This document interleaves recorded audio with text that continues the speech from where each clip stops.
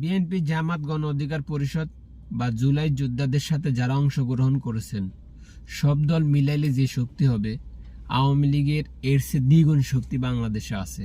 কারণ আওয়ামী লীগ 17 বছর বাংলাদেশ শাসন করেছেন, 17 বছরে বাংলাদেশের লক্ষ লক্ষ নেতাকর্মী জন্ম দিয়েছেন। আওয়ামী লীগকে সহজভাবে নেওয়ার কোনো সুযোগ নেই।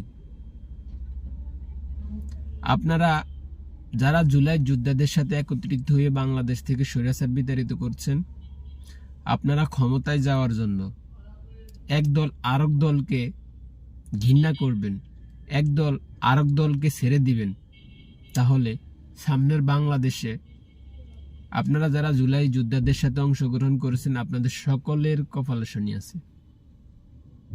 কারণ স্বৈরাচার আস্তে আস্তে একজন দুইজন করে খুন করে বাংলার জমিনে মাথা নাড়া দিয়ে উঠতে চাইতেছে।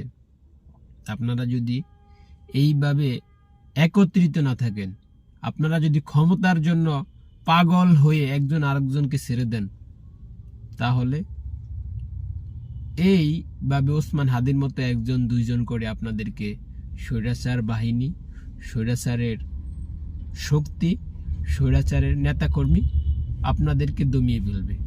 অতএব জুলাই যোদ্ধাদের সাথে যারা অংশগ্রহণ করেছেন, আমরা চাই, আমরা বাংলাদেশের সাধারণ জনগণ চাই, আমরা বাংলাদেশের 18 কোটি জনগণ চাই আপনারা একত্রিত থাকেন। ক্ষমতার লোভ এতই ভালো না, অল্প খান, অল্পতেই শুকরিয়া আদায় করেন।